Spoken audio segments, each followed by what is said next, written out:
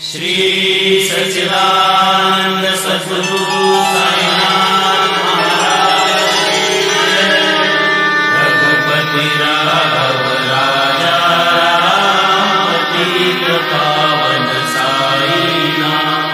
रघुपति राघव राजा राम पतित पावन साईनाथ।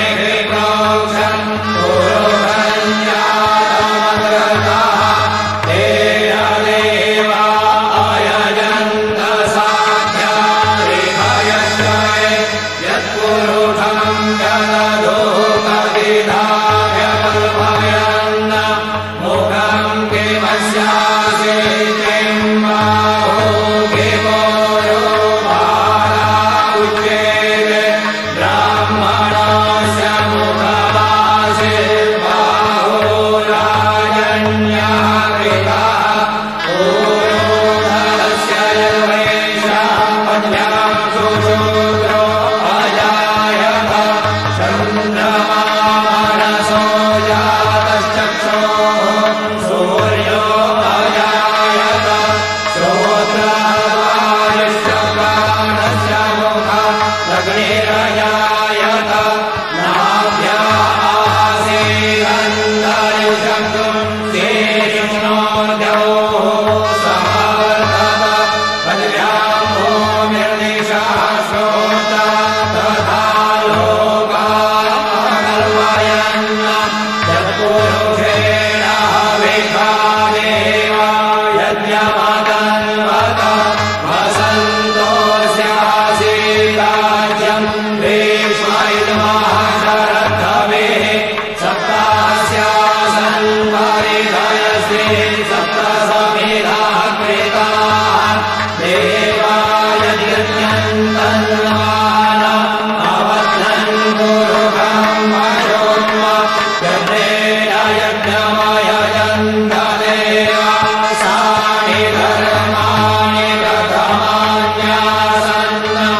एहनाकं महिमानः सजन्त यत्र पूर्वे साध्याः सन्ति देवाः तद्भ्यः संवेदः पृथिवीरसा च विश्वकर्मणः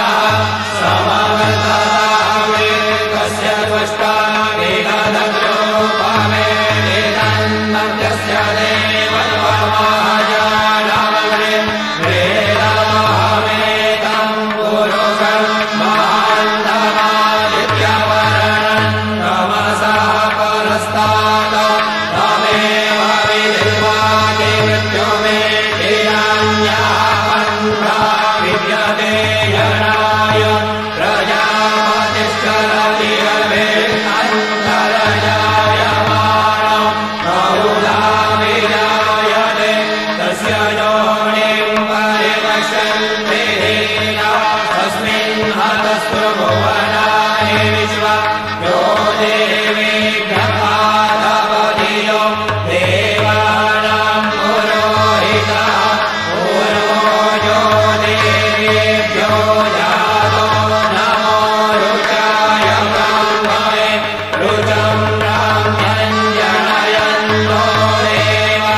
अग्रे तदब्रुवन् यस्वैव ब्राह्मणो विद्या तस्य देवा आसन् वशे श्रेष्ठते लक्ष्मीभ्यवत्या महोरात्रे पार्श्वे नक्षत्राणि रूपमश्विनौ व्यात्ताम् विष्णन्निधानम् मयिधान सर्वलोकं मयिधान योः शान्तिरन्तरिक्षं शान्तिः पृथिवी शान्तिरापः शान्तिरोगदयः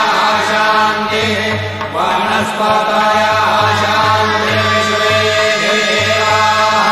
शान्तिर्ब्रह्म शान्तिः सर्वतो शान्तिः शान्तिरेव शान्तिः सामा शान्तिः यतो यतः समेहसे ततो न अभयं कुरु छन्नः कुरु प्रजाभ्यो भयन्नः पशुभ्यः ॐ सहनावतु सहनो भुनक्तु सवीर्यं करवावहै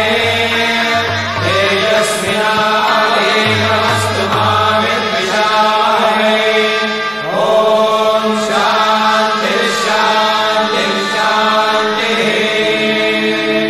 ॐ शान्ताकारं भुजगशयनं पद्मनाभं सुरेशं विश्वाधारं गगनसदृशं मेघवर्णं शुभाङ्गं लक्ष्मीकान्तं कमलनयनं योगिभिर्ध्यानगम्यं वन्दे विष्णुभवभयहरं सर्वलोकैकनाथम् ॐ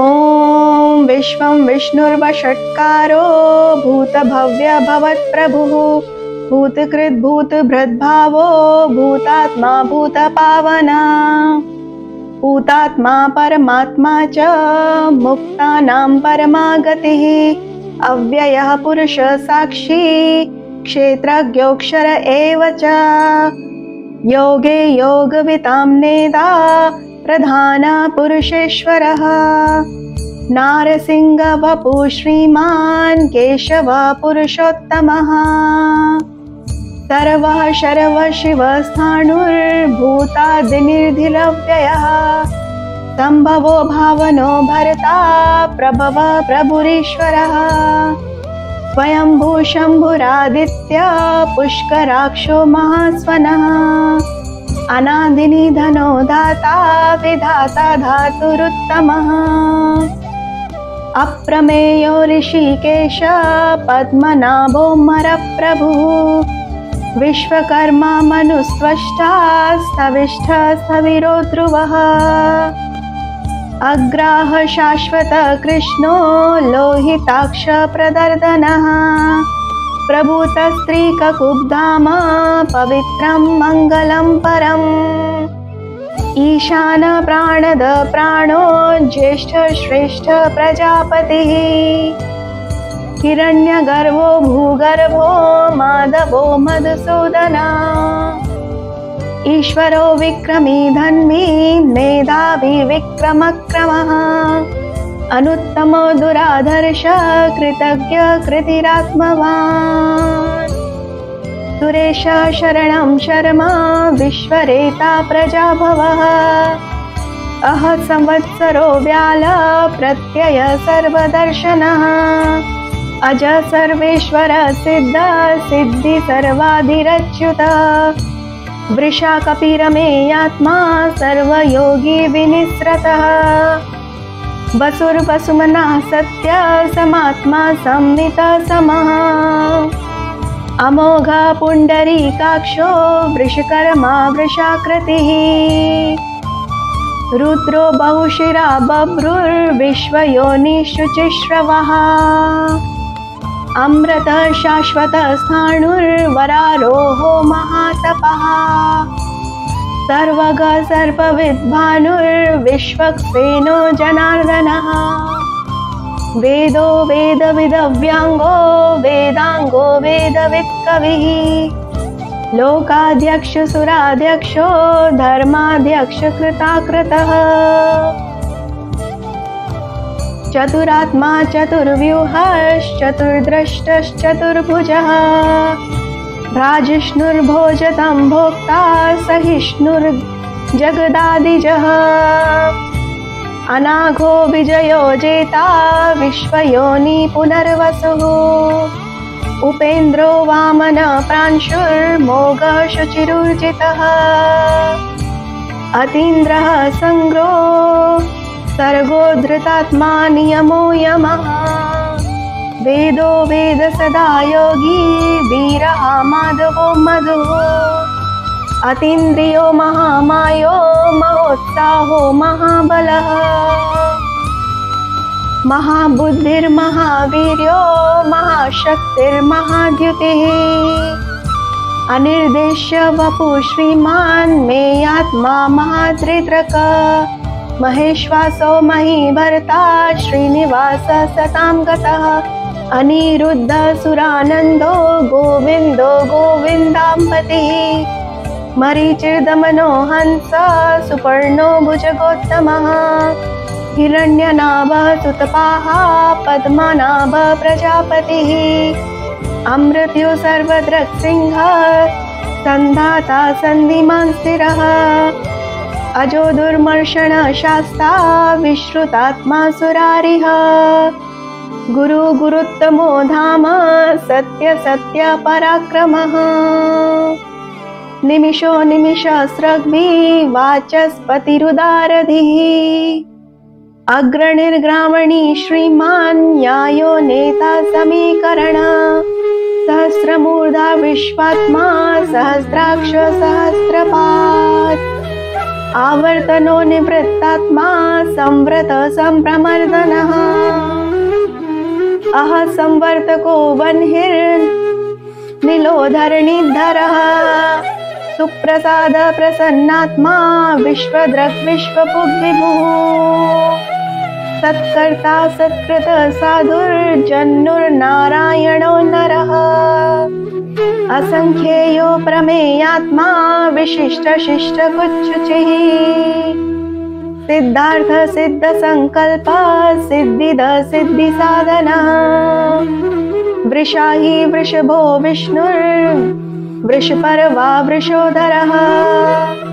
वर्धनो वर्धमानश्च विविक्ति श्रुतिसागरः सुभुजो दुर्धरो वाग्मी महेन्द्रो वसुदो वसुः नैकरूप बृहद्रूप शिपिविष्ट प्रकाशनः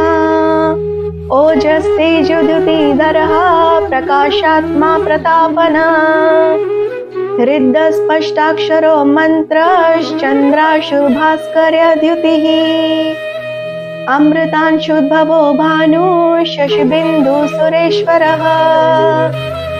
औषधं जगतः सेतु सत्यधर्म पराक्रमः भूतभव्य भवन्नाथ पवन पावनो नलः कामः कामकृत्कान्तः कामप्रद प्रभुः युगादिकृद्युगावर्तो नैकमायो महाशनः अदृश्य व्यक्तरूपश्च सहस्रजिदनन्तजित् इष्टो विशिष्ट शिष्टेष्ट शिखण्डी नहुषो वृषः क्रोधः क्रोधकृत्कर्ता विश्व बाहुर्महीधरः अच्युतः प्रथितः प्राणदो वासवानुजः अपां निधिरधिष्ठानम् अप्रमत्तः प्रतिष्ठितः स्कन्दः स्कन्दधरो धुर्यो वरदो वायुवाहनः वासुदेवो बृहद्भानुरादिदेव पुरन्दरः अशोकस्तारणस्तारः शूरशौरी जनेश्वरः अनुकूलः शतावर्तः पद्मी पद्मनिवेक्षणः पद्मनाभोरविन्दाक्ष पद्मगर्भ शरीरभृत् माहृद्धिर्दो वृद्धात्मा महाक्षो गरुडध्वजः अतुलः शर्भो भीमा समयज्ञो हविर्हरिः सर्वलक्षणलक्षण्यो लक्ष्मीवान् समितिञ्चयः विक्षरो रोहितो मार्गो हेतुर्दामोदरः सः महीधरो महाभागो वेगवान् अमिताशनः उद्भव क्षोभणो देवा श्रीगर्भ परमेश्वरः करणं कारणं कर्ता विकर्ता गहनो गुहा व्यवसायो व्यवस्थान संस्थान स्थानदो ध्रुवः परदि परमस्पष्ट तुष्ट पुष्ट शुभेक्षणः रामो विरजो मार्गो नेयोन्नयोन्नयः वीरः शक्तिमतां श्रेष्ठो धर्मो धर्मविद्युत्तमः वैकुण्ठ पुरुष प्राणद प्रणवपृथुः हिरण्यगर्भो शत्रुघ्नो व्याप्तो वायुर्धोक्षजः ऋतुसुदर्शन काल परमेष्ठि परिग्रह उग्रः संवत्सरो दक्षो विश्रामो विश्वदक्षिणः विस्तारस्थावरस्थाणु प्रमाणं बीजमव्ययम् अर्थोऽनर्थो महाकोशो महाभोगो महाधनः अनिर्विण्ण सविष्टो भूधर्मयूपो महामख नक्षत्र नेमिर्नक्षत्री क्षमक्षाम समीहनः यज्ञयुज्यो महेजश्च क्रतु सत्रं सतां गतिः सर्वदर्शी विमुक्तात्मा सर्वज्ञो ज्ञानमुत्तमम्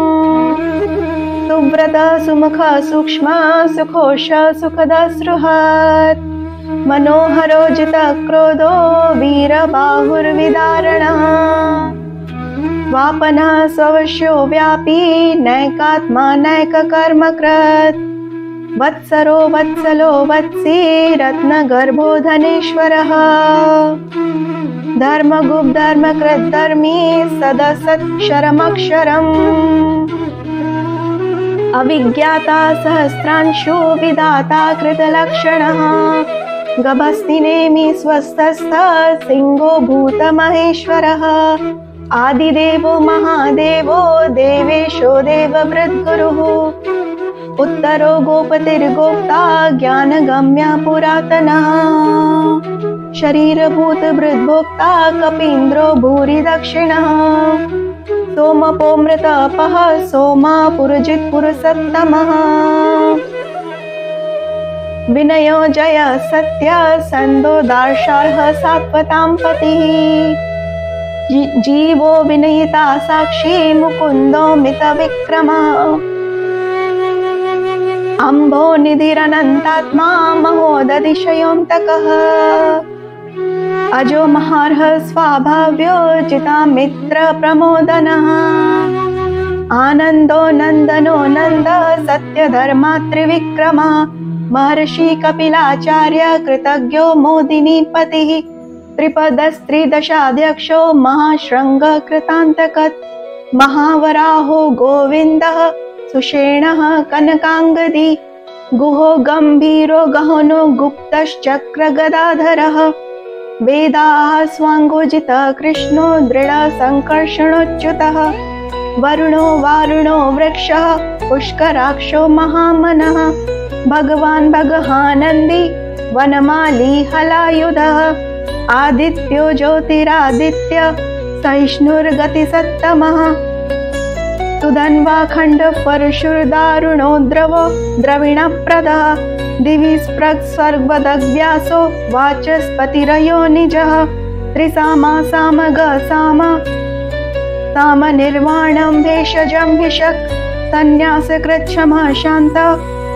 निष्ठा शान्तिपरायणम् शुभांग शान्तिदः स्रष्टा कुमुलः कुवलेशयः गोहितो गोहपितृर्गोप्ता वृषभाक्षो वृषप्रियः अनिवर्ति निवृत्तात्मा संक्षेप्ताक्षेमकृच्छिवः श्रीवत्सवक्षा श्रीवास श्रीपति श्रीमतांबरः श्रीदः श्रीशः श्रीनिवास श्रीनिधि श्रीविभावनः श्रीधर श्रीकर श्रेय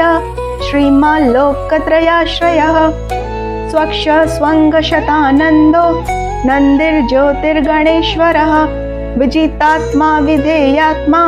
सत्कीर्तिश्छन् संशयः उदीर्णः सर्वतश्चक्षुर्निश शाश्वतस्थिरः भूषयो भूषणो भूतिर्विशोकशोकनाशनः अर्चिष्मानर्चितः कुम्भो विशुद्धात्मा विशोधनः अनिरुद्धो प्रतिरथः प्रद्युम्नो मितविक्रमः कालनेमि निहावीरः शौरी शूरजनेश्वरः त्रिलोकात्मा त्रिलोकेश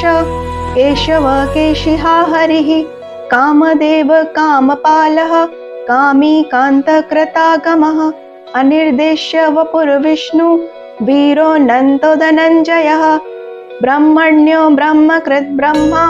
ब्रह्म ब्रह्म विवर्धनः ब्रह्मविद् ब्राह्मणो ब्रह्मी ब्राह्मणो ब्राह्मणप्रियः महाक्रमो महाकर्मा महातेजा महोरग महाक्रतुर्महायज्वा महायज्ञो महाहविः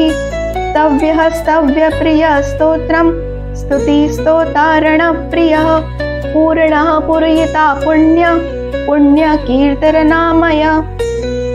मनोजवस्तीर्थकरो वसुरेता वसुप्रदः वसुप्रदो वसुदेवो वसुर्वसुमनाहविः सद्गतिः सत्कृतिः सत्ता सद्भूतिः सत्यपरायणः शूरसेनो यदृश्रेष्ठः सन्निवासः सुयामुनः भूतावासो वासुदेव सर्वासु निलयो नलः दर्पः दर्पदो दृप्तो दुर्धरोथा पराजितः विश्वमूर्तिर्महामूर्तिर् दीप्तमूर्तिर्मूर्तिमान् अनेकमूर्तिरव्यक्त शतमूर्ति शताननः एकोनेकसवाक किं यदत्पदमुन्नतमं लोकबन्धुर्लोकनाथो माधवो भक्तवत्सल सुवर्णवर्णो हेमांगो वारंगश्चंगनांगदी वीरहा विषमशून्यो धृताशीरचलश्चल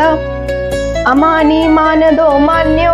लोका स्वामी त्रिलोकधृत् सुमेधा मेधजो धन्या सत्यमेधाधराधरः तेजो वृषोद्युतिधरः सर्वशस्त्रभृतांवरः प्रग्रहो निग्रहो व्यग्रो नैकशृङ्गो गदाग्रजः चतुर्मूर्तिश्चतुर्बाहुर्चतुर्व्यूहश्चतुर्गतिः चतुरात्मा चतुर्भावश्चतुर्वेदविदेकपात् समावर्तो निवृत्तात्मा दुर्जयो दुरतिक्रमः दुर्लभो दुर्गमो दुर्गो दुरावासो दुरारिः शुभांगो लोकसारंग सुतन्तुस्तन्तुवर्धनः इन्द्रकर्मा महाकर्मा कृतकर्मा कृतागमः उद्भव सुन्दर सुन्दो रत्ननाभ सुलोचनः अर्को वाजसन शृङ्गी जयन्तः सर्वविजयी सुवर्णबिन्दुरक्षोभ्य सर्ववागीश्वरेश्वरः महानदो महागर्तो महाभूतो महानिधि कुमुदः कुन्दर कुन्द परजन्य पावनो नीलः अमृताशोऽमृत पवः सर्वज्ञ सर्वतोमुखः सुलभः सुव्रत सिद्ध शत्रुजिच्छत्रुतापनः न्यग्रोधो दुम्बरोऽश्वत्थ चाणु रान्ध्रनिषूदनः शस्त्रार्ची सप्तजिह्व सप्तैधा सप्तवाहन अमूर्तिर्नगयो चिन्त्यो भयकृद्भयनाशन अणुर्बहत्कृशः स्थूलो गुणभन्निर्गुणो महान् अद्रत स्वद्रत स्वस्य प्राङ्गवंशो वंशवर्धन भारभृत्कथितो योगी योगीश सर्वकामद आश्रमाश्रमण क्षाम सुपर्णो वायुवाहन धनुर्धरो धनुर्वेदो दण्डो दमयिता दमः अपराजित सर्वसहो नियन्ता नियमो यमः सात्ववान् सात्विक सत्य सत्यधर्मपरायणम् अभिप्राय प्रियोर्हार्ह प्रियकप्रीतिवर्धनम् विहाय सगति ज्योति सुरुचिर्हुद्भुग्विभु रविर्विरोचन सूर्य सविता रविलोचन अनन्तो हुद्भोक्ता सुखदो नैकजोग्रज अनिर्विण्ण सदामर्षि लोकाधिष्ठानमद्भुत सनातनतम कपिल कपिरव्ययः स्वस्तिदः स्वस्तिकृत् स्वस्ति स्वस्ति भुक् स्वस्ति दक्षिणः अरौद्र कुण्डली चक्री विक्रम यूर्जित शासनः शब्दादिग शब्दसः शिशिरः शर्वरीकरः अक्रूर पेशलो दक्षो दक्षिण क्षमिणांवरः विदत्तमो वीतभयः पुण्यश्रवणकीर्तनः उत्तारणो दृष्कृतिः पुण्यस्वदप्सु दुःस्वप्ननाशन वीरः रक्षण सन्तो जीवन पर्यवस्थित अनन्तरूपोऽनन्त श्रीर्जित् मन्युर्भयापय चतुरस्रो गभीरात्मा विदिशो व्याधिशो दिशः अनादिर्भूर्भुवो लक्ष्मी सुवीरो रुचिराङ्गदः जननो जन्मादिर्भीमो भीमपराक्रमः आधारनिलयो धाता पुष्पहास प्रजागरः ऊर्ध्वगः सत्पथाचार प्राणद प्रणव प्रणः प्रमाणं प्राणनिलयः प्राणभृत् प्राणजीवनः तत्त्वं तत्त्वविदेकात्मा जन्म मृत्युजरातिगः भूर्भुवः स्वस्तरुस्तार सविता प्रपितामहः यज्ञो यज्ञपतिर्यज्वा यज्ञाङ्गो यज्ञवाहन यज्ञभृत्यग्रकृत् यज्ञी यज्ञभुग्यज्ञसाधन यज्ञान्तकृतज्ञग्रन्मन्मनाद एव च आत्मयोनि स्वयं जातो वैखान सामगायन देवकी नन्दन श्रेष्ठा क्षितीश पापनाशन